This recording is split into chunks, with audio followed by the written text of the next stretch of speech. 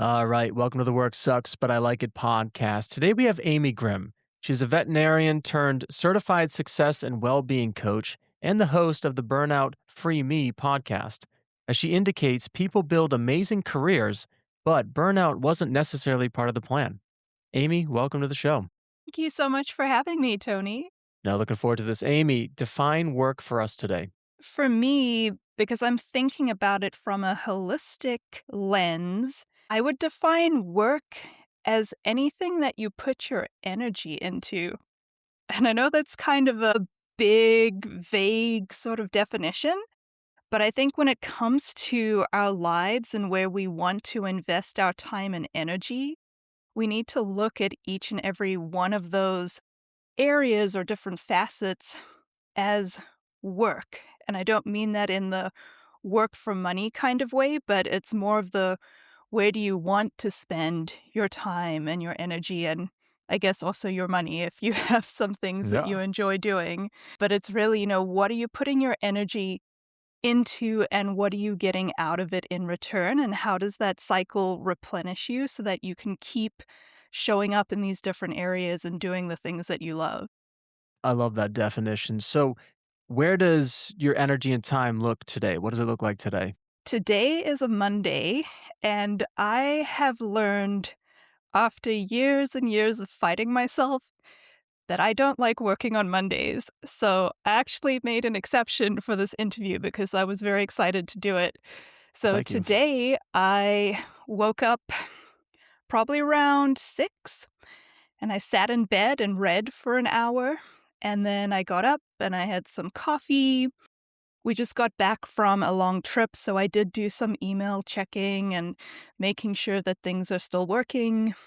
Took the dog for a walk, made some food, got ready for this, and here I am. So, yeah, it's been a pretty chill day so far.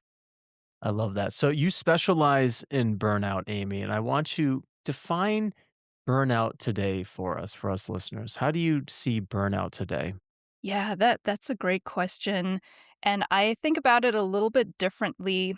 Um, I'm guessing many of your listeners have probably heard of the definition from the World Health Organization, and they talk about burnout as being purely occupational, so unmanaged levels of stress in a work environment. I'm coming from more of a coaching and trauma-informed background, and I'm bringing that holistic lens to it once again. So when I talk about burnout, I'm talking about a predictable nervous system state that is a response to how much energy you're putting out and how much you are replenishing yourself.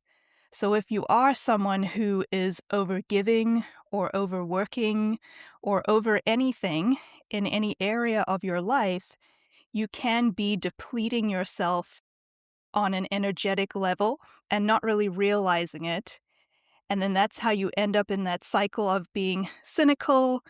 And a lot of times it does show up at work because that is a very big energy draw for many of us.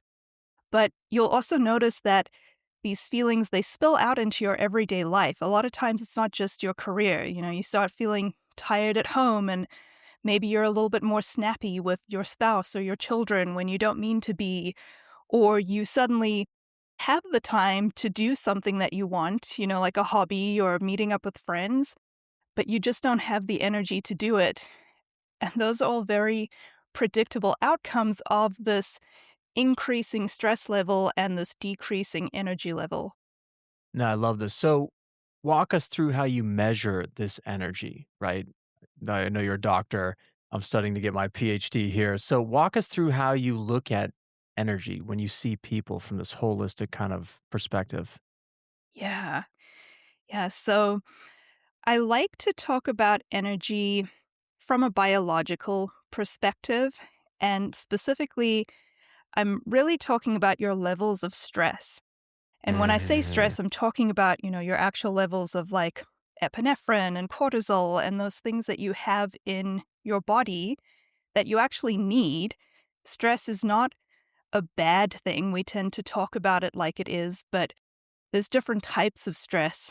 And when we talk about being stressed, stressed out, we're typically referring to distress, which is the quote unquote bad stress.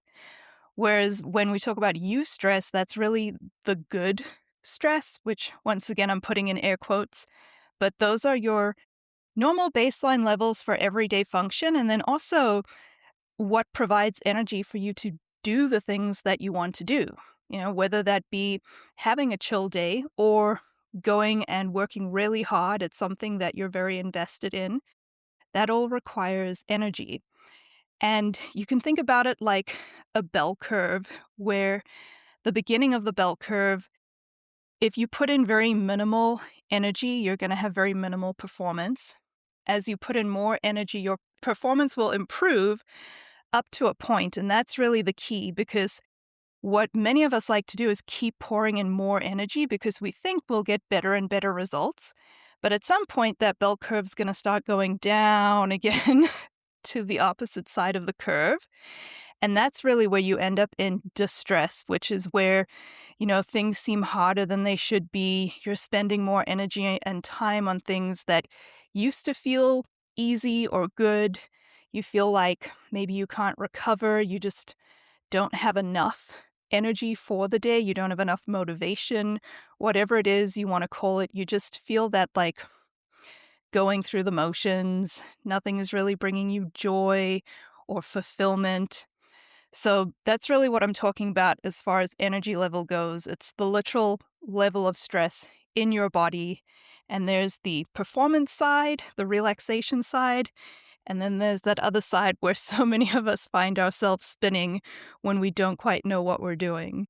Yeah, the graphical representation you're describing is beautiful, right? So the bell curve, and I never remember how to. I should look it up to be honest with you. True transparency here, but it's at Yerkes-Dodson, the optimal Yes. stress. Yes, that's okay. Hmm. Perfect. Yeah, yeah, we're talking the same thing. So I love that. So one of the things you said, Amy, on one of your more recent episodes on your podcast was, making decisions in face of uncertainty. So walk us Mm. through now. You've painted the picture of energy. You've painted the picture of stress. I love this distress and eustress, right? How do we navigate stress to make these decisions when we face stress, uncertainty, things like that? Right. I love it. It's like stress inception, right? Yeah, yeah, yeah, yeah. There you go. Right. Yeah, I love that.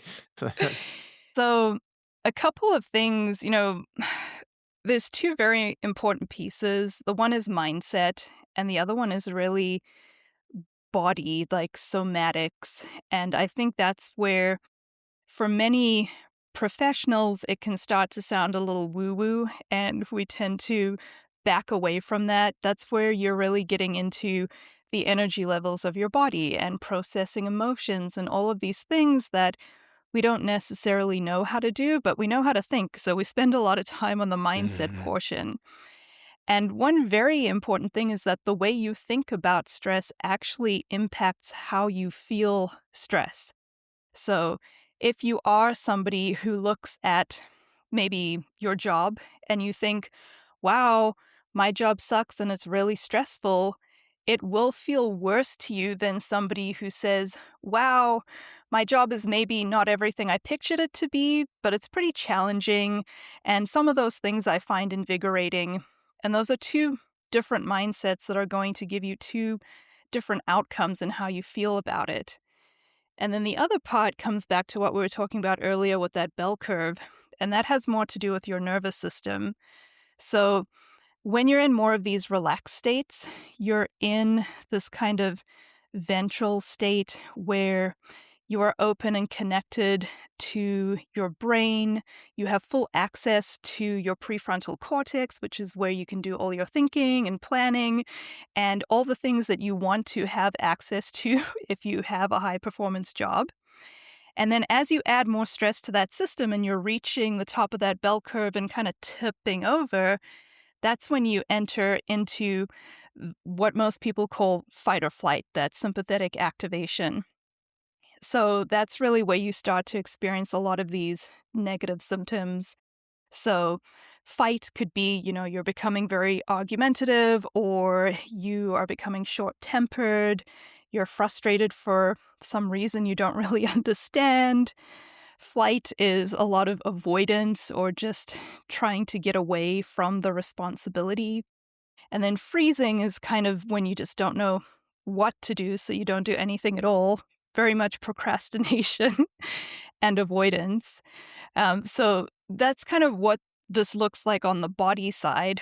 And depending on your upbringing, your prior experiences, pretty much anything that's happened to you in your life from the time that you were in utero until wherever you are on your journey now, those all impact the way that your nervous system and your brain scan for information, perceive things, whether or not they think it's stressful or not stressful.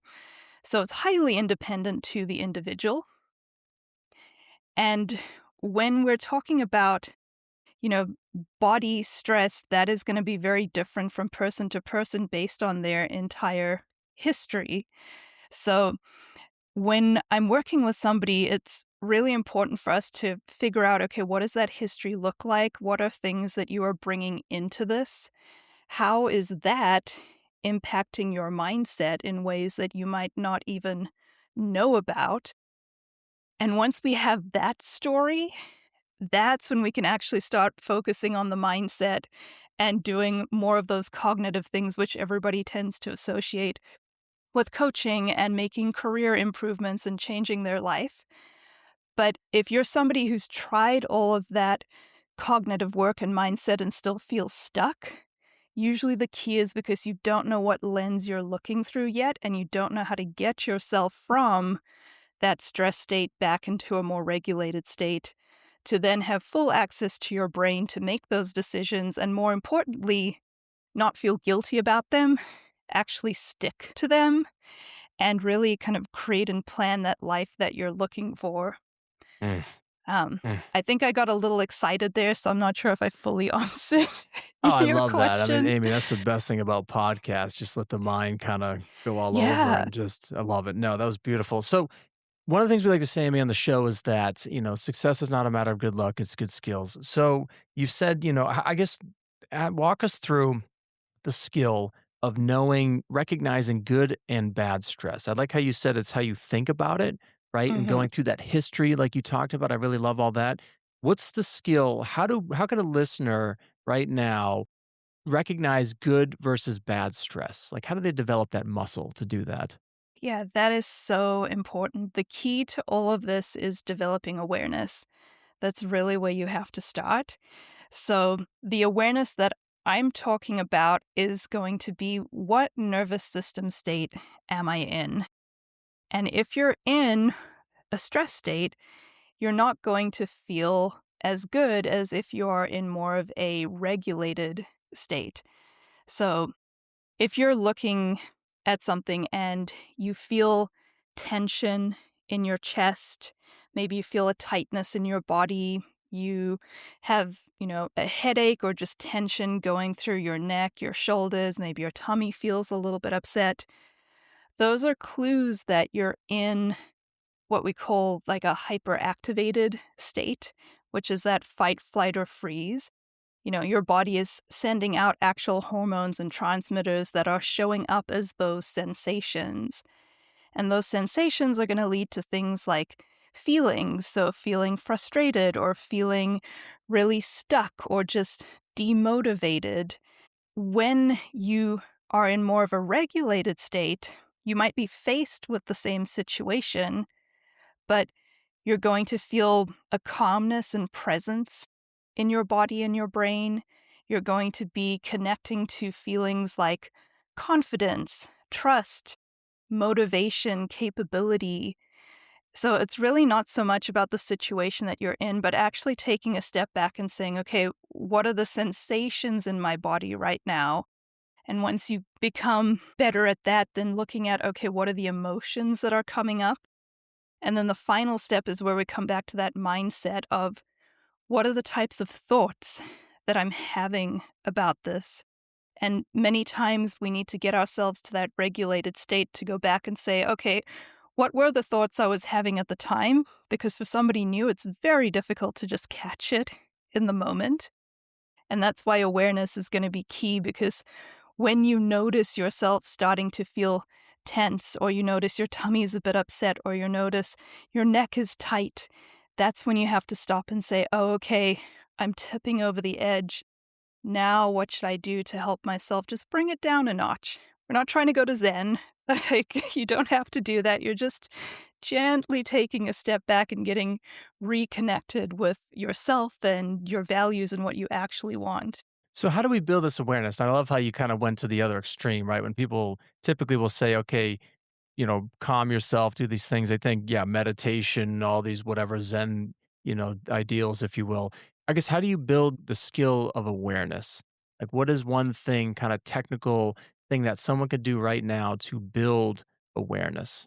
I think what really helped me and what has seemed to help most of my clients is really first spending time getting to know your own states. Like, what does Mm. my state of fight, flight, or freeze look like? What are the types of emotions that I feel? What are the types of sensations I feel in my body? Are there certain types of thoughts that go to my head? Some people immediately jump into fight and want to be argumentative or defensive. Other people immediately jump into freeze and they just want to, avoid or procrastinate. And then doing that for each of your three main states. So the state of burnout, your hyperactivated state, and then what does it actually look like when I feel calm and in control? And I think that's the most surprising part, how many people realize that they are actually spending far more time in a hyperactivated state, and they have sort of begun to think that's normal, and they don't realize what it actually felt like when they were more calm or relaxed or before they had all of these responsibilities. And it's really getting clear on what those look like, because then when you're in a situation, you know, something happened at work or in your personal life, that's when you can actually pause and say, okay, what is it that I'm feeling right now? That's where you're practicing the awareness. But you can't actually practice it until you know what that looks like for you specifically. So how did you get into this work then, Amy? Was there sort of you got into a situation and you realized you had to increase your awareness? How did you get into all this work surrounding burnout? Yeah. So my first career was as a veterinarian, and I graduated like most of the naive new grads out there, thinking that this was just going to be amazing and everything that I ever wanted, and then stepped into the realities of practicing medicine. And I didn't really have, the mental or emotional tools to handle a lot of the stressors that came up, especially when it came to overworking, when it came to boundaries, when it came to being able to manage my own daily levels of stress. And I felt a lot of frustration around that. Like many people, I was looking to myself to say, what am I doing wrong? Am I not cut out for this profession? And I kept plugging away without really being able to replenish myself in the way that I needed to show up. And I did this for, I think, probably around like 3 or 4 years, practicing as an associate veterinarian. So that just means you're an employee of the hospital. And then I was given an opportunity to be a medical director. And that allowed me to step up into a position where I had more control over the schedule, the vision for the hospital, helping the staff with their personal development plans, things that I thought I would never be interested in because I went to vet school to work with animals, let's be real. Yeah, yeah, yeah, yeah, yeah, Didn't want to work with people. yeah. But I was suddenly in this position, and a lot of that tension and stress and frustration that I was feeling went away. And I really enjoyed this. And I did this for another 4 to 5 years.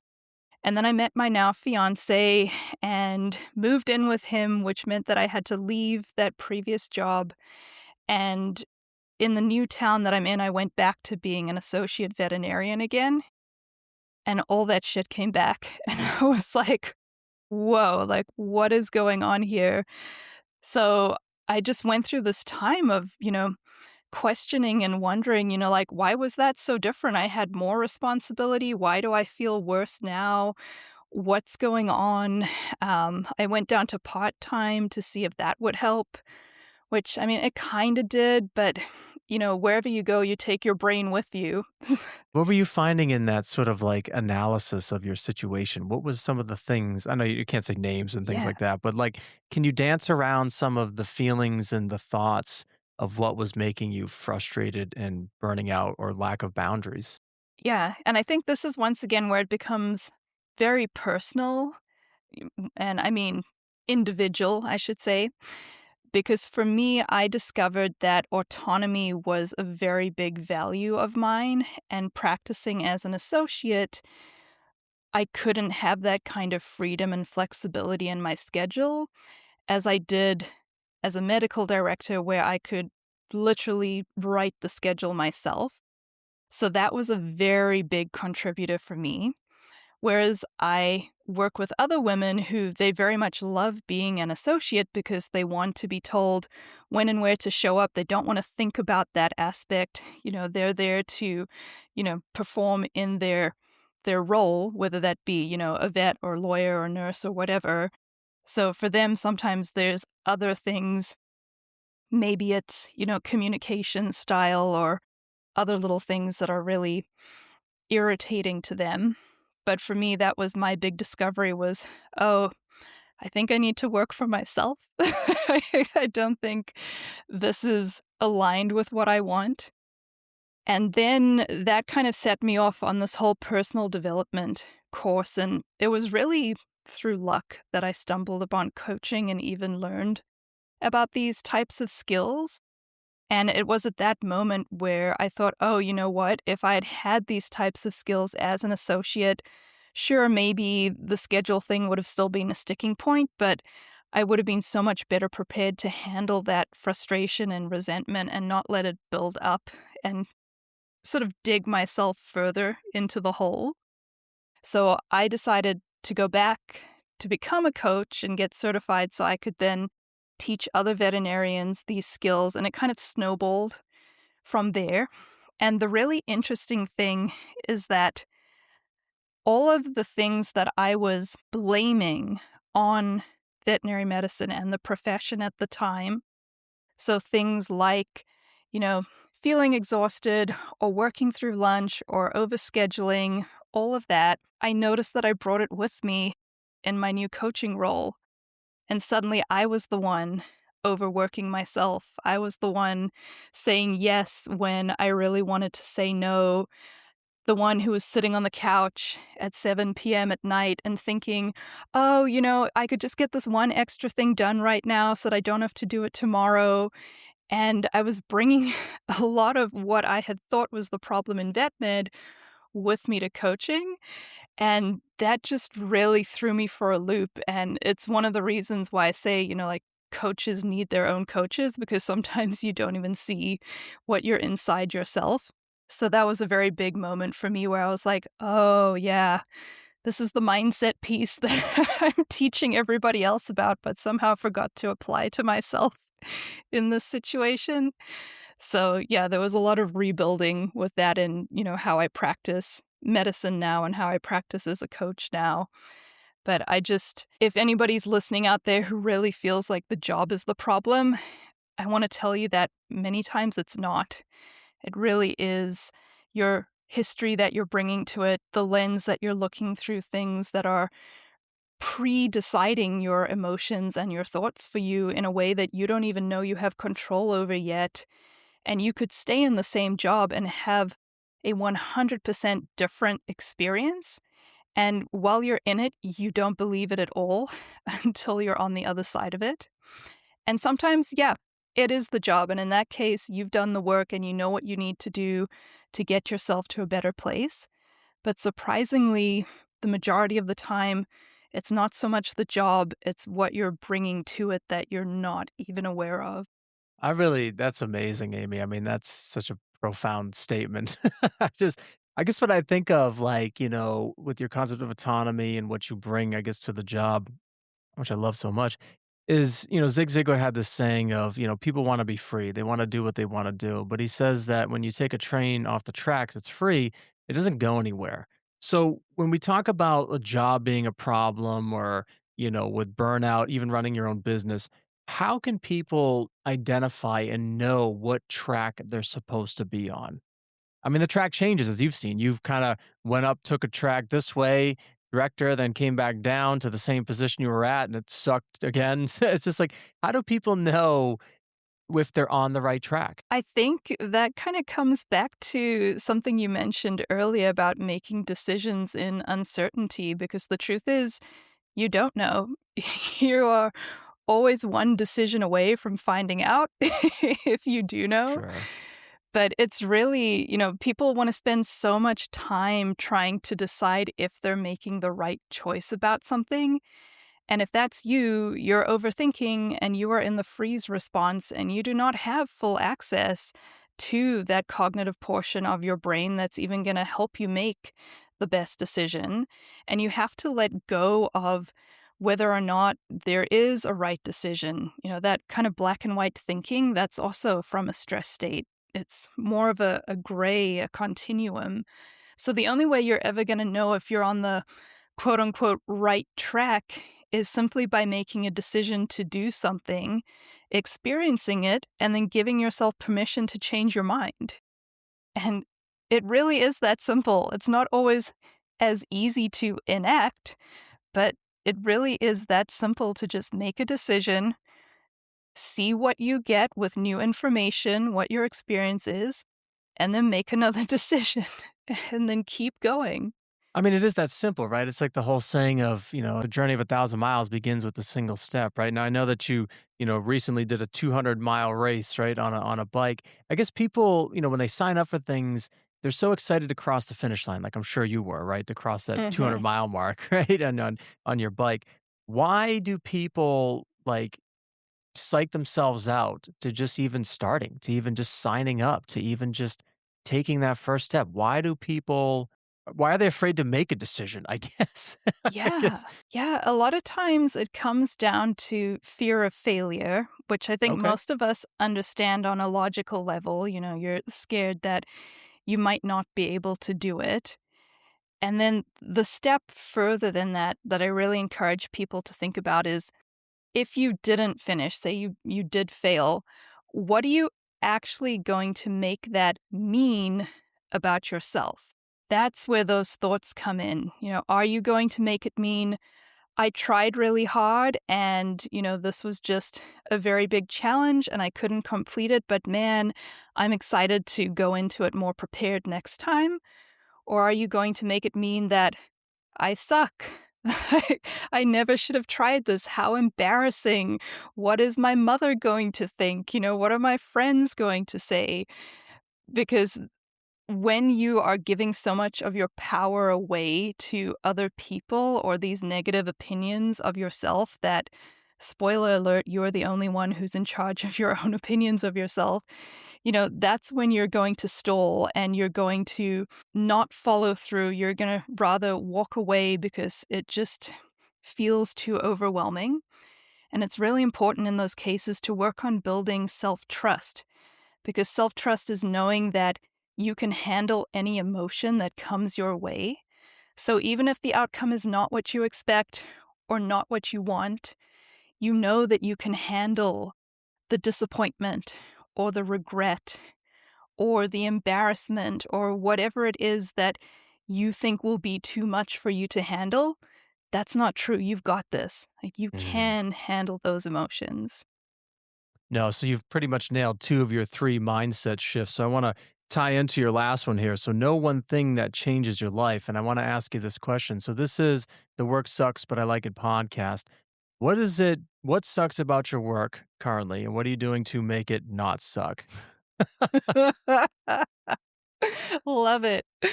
Oh, man. I think the biggest thing that sucks for me in the coaching space is that the conversation is still so different. There's such a big gap between the conversation and the reality of where we are. I'm working with amazing professionals who want to create life work alignment and they want to have sustainable, fulfilling careers and amazing relationships and personal lives and accomplishments and things like that. And we have done a very good job in talking more about, mental health, workplace well being, psychological safety, all of those things.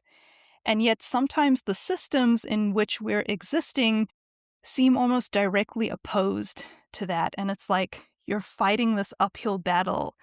And there's so many people who are still experiencing overscheduling, overcommitment, expectations of, 40, 60, 80-hour work weeks, coming in early, working through lunch, not taking their vacation, feeling guilty if they need to take a sick day, wanting to set boundaries or create a specific kind of life, but then wondering if those decisions that they make will be held against them when it comes time for a promotion or asking for a raise or negotiating any other kind of benefit. And I think that's the part that sucks most because as a coach, I know the solution requires personal responsibility and systemic responsibility. So I kind of exist in this place where, I work with people on the individual level because you cannot just wait for the system to change. Then you're going to be waiting forever. Yeah. And you have to Yeah. be the change that you want to see in the world. You have to be the one who's going to start quietly dismantling things from the inside out. And yeah, it can be uncomfortable and slow and frustrating, but that's what I'm doing about it. I'm doing this myself. I love coming onto shows like this where people actually care about these topics. I speak at conferences. I write tons of articles on my Substack. I have a podcast.